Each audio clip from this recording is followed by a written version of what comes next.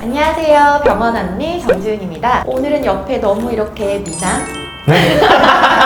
네, 특별한 분을 어렵게 모셨습니다. 간단하게 소개 한번 부탁드리겠습니다. 네, 안녕하세요. 저는 종로노무사TV의 이대표를 맡고 있는 이주영 노무사입니다. 공익노무사에게 유튜브 스타 이주영 노무사입니다. 제가 왜 유튜브 스타냐면요, 고용노동부 홈페이지 딱 들어가 보시면 메인 홈페이지에 제 얼굴이 나옵니다. 전 그건 몰랐어요. 네. 와, 여러분 이렇게 한 번 더 찾아보시길. 네, 그래서 오늘 이렇게 초대를 드린 이유가 제 채널에도 많은 분들이 노무 관련해서 질문을 많이 주시는데 제가 워낙 취약한 부분이기도 하고 정말 민감한 부분이기도 하고요. 또 병원 뭐 컨설팅이나 교육을 할 때도 가장 이제 좀 힘든 부분 중에 하나거든요. 네. 그래서 오늘 이렇게 직접 모시고 많이들 가장 궁금해하시는 그런 질문을 제가 이렇게 좀 정리를 해봤습니다.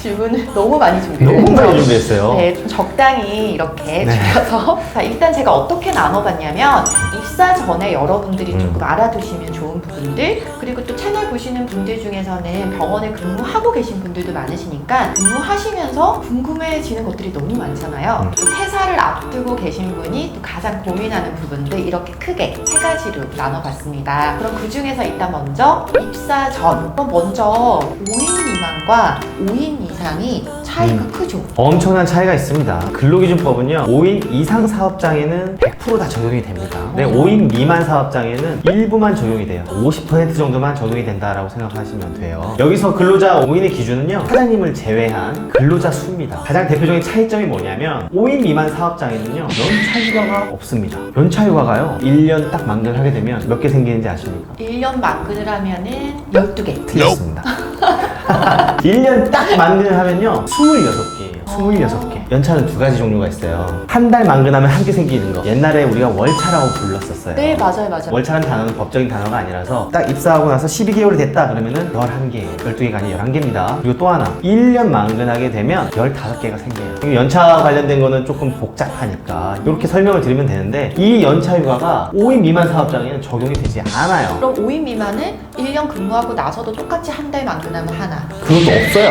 아예 없습니다. 굳이 그냥 안 쉬어도 별말 그냥 없네요? 그렇죠. 연차 휴가를 안 줘도 돼요. 5인 미만 사업장은요, 근로자의 권리가 아닌 거예요. 저 휴가 가겠습니다가 아니라 원장님이나 사장님이 그래 내가 널 보내줄게 유급 휴가를, 그냥 은혜적인 베품인 거지 의무가 아닌 거예요. 그럼 5인 이상에서 아까 말씀하신 대로 그렇게 쉴 수 있는 연차가 지급이 되면 그건 빨간 날 포함인 건가요? 빨간 날은 다르죠. 공휴일이라 그래서 그건 공무원들이 쉬는 날이지 우리 근로자들이 쉬는 날이 아니거든요. 그럼 병원에서 우리 빨간 날 안 한다. 그럼 너는 그거를 연차에서 쉬는 거다. 그렇죠. 그런 데가 많습니다. 또 연차 대체 합의라고 해서 미리 또 합의를 해놔야 되는데 아마 그거 안 지키고 계셨을 것 같아요. 나라에서 5인 미만과 이 5인으로 이상을 기준을 두는 이유는 아무래도 5인은 규모가 작으니까 너희 그냥 이렇게 알아서 해라 이런 네, 거고, 네. 5인 이상은 너희가 이제 제대로 운영을 하니 그렇죠. 우리가 이런 걸 주겠다. 원장님 입장에서는 네. 5인 미만이 상당히 운영하기 편한 거고, 직원 입장에서는 5인 이상이 혜택은 많은데 네. 그런데도 불구하고 5인 미만을 가는 거는 조금 더 작은 규모에서 가족적인.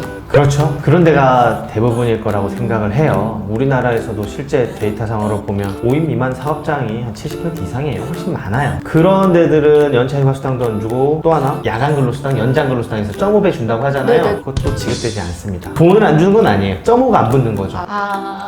그래서 5인 미만 사업장보다는 5인 이상 사업장으로 가는 게 훨씬 더 유리하겠죠. 같은 조건이라면. 근데 5인 미만 사업장을 내가 가야 되겠다 그러면 특별히 뭔가가 더 줘야 되겠죠. 급여가 좀 더 높다던가 아니면 거기 계신 사람들이 좋다던가. 그러면 이 영상을 보는 분들 중에 이제 병원 취업을 앞두고 계신 분들은 5인 미만에 그럼에도 불구하고 내가 이제 취업을 할 예정이다 라고 하면은 꼭 체크를 그래도 원장님께 해야 되는 것은 휴가가 어떻게 됩니까? 그렇죠. 빨간 날은 어떻게 쉬니까? 네. 내가 한 달 만근하면은 뭐 월차는 있습니까? 또 체크를 또 해야 되죠.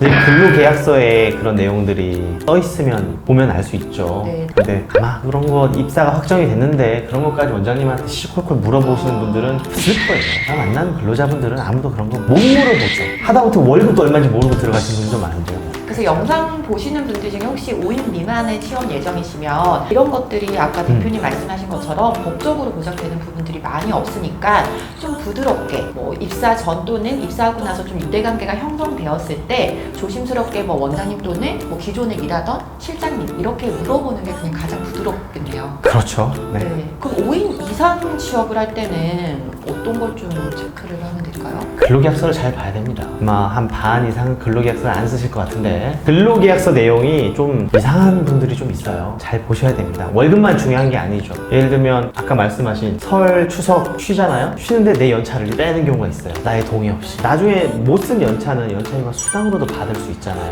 결국에는 내 월급이 줄어드는 거나 마찬가지입니다. 법은 상당히 요즘에 노동자, 근로자에게 그렇죠. 유리하게 많이 되어 있던데 결국은 근로계약서는 언제 작성을 해야 하나요? 네, 근로계약서는요 원래 딱 첫날 일하기 전에 작성하는 것이 원칙입니다. 원칙이고요. 이것은 근로자한테도 불리하고 사장님들한테도 불리해요. 무조건 쓰시는 게 맞습니다. 왜냐하면 실제로 있었던 사례인데요. 뭐 사장님들은 그러거든요. 근로자가 주민등록등본이랑 뭐 자격증 사본이랑 이런 거 들고 오면 그때 쓰려고 했다. 이틀 뒤 이 친구가 회사 마음에 안 든 거예요. 나왔습니다. 근로계약서 안 썼죠? 이틀 뒤란 거 놔주라. 근데 이제 사장님이 받으려면 회사로 와라. 뭐 이러다가 노동청으로 갔죠. 근로계약서 미작성으로. 네, 사장님이 처벌받습니다. 또 근로자분들한테도 불리한 게 근로계약서 쓰지 말자. 너 나 대체로 이제 아는 사이끼리 그래요. 뭐 너랑 나랑 혼내는 사이 무슨 근로계약서야. 네. 그런데 그렇게 되면요 근로자분들이 불리합니다. 내가 여기서 일했다는 것을 입증할 만한 게 그렇게 생각보다 쉽지가 않거든요. 근로계약서가 있으면 한 방에 입증을 할 수가 있어요. 뭔가 문제가 생겼을 때. 원래 계약서라는 게 그렇잖아요. 문제가 생겼을 때 이걸 가지고 분쟁을 해결하기 위해서 쓰는 건데 없으면 근로자분들한테도 많이